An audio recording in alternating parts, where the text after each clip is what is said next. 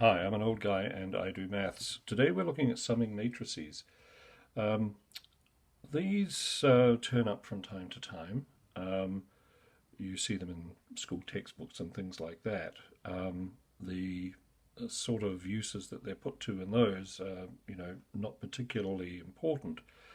But when you see what these can do, you will appreciate that if you have a very large matrix containing an enormous amount of information, a summing matrix can be very useful. Now, they fall into two categories. We have column summing matrices and we have row summing matrices. So let me just show you how this works. What we're going to do is we're going to multiply these two matrices. What we've got is we've got a 1 by 2 and a 2 by 2. This matrix must be square, and this matrix should contain ones. And they should then follow the normal rules of what you can multiply using matrices. So if these two numbers agree, 2 and 2, we can multiply these. The result we get will be a 1 by 2. So let's go to work. 1 times 1 plus 1 times 3, which is how you multiply matrices. 1 times 2 plus 1 times 4. If this is a little mysterious to you, have a look at my video on multiplying matrices. Sorry, I'll get all of that in shot. I'll just do that again. 1 times 1 plus 1 times 3. 1 times 2 plus 1 times 4. Figure these out, add them up. So 1 is 1 plus 1 times 3, so that is 4. 1, 2 is 2 plus 1 times 4 is 6. We get this matrix. It is a 1 by 2. And if we go to the bother of adding up these columns, we get 6 and we get 4.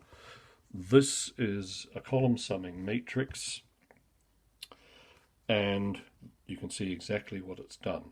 Now, moving on to a row summing matrix, you'll see that the matrix looks different and it's in a different position. So let's go to work. 1 times 1, 2 times 1. Okay.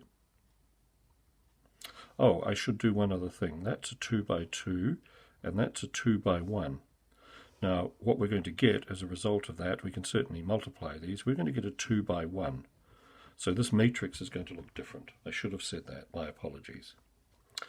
Okay, so we've done the first one. 3 times 1 and 4 times 1. And if we go through and add these up, that's 1 plus 2, which is 3, and that's 3 plus 4, which is 7. And it shouldn't be beyond you to notice that 3 plus 4 equals 7, and 1 plus 2 equals 3. So that is our row summing matrix. And again, this is purely for the purposes of demonstration. Where these things really come into their own is where you've got maybe a page of numbers that you have displayed in matrix form, and you need to add them up. In which case you would be using a calculator or some other means. You wouldn't be doing this manually.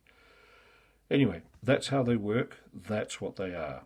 There's nothing terribly mysterious about them. That's the column one. That's the row one. Note their different shape and their different position.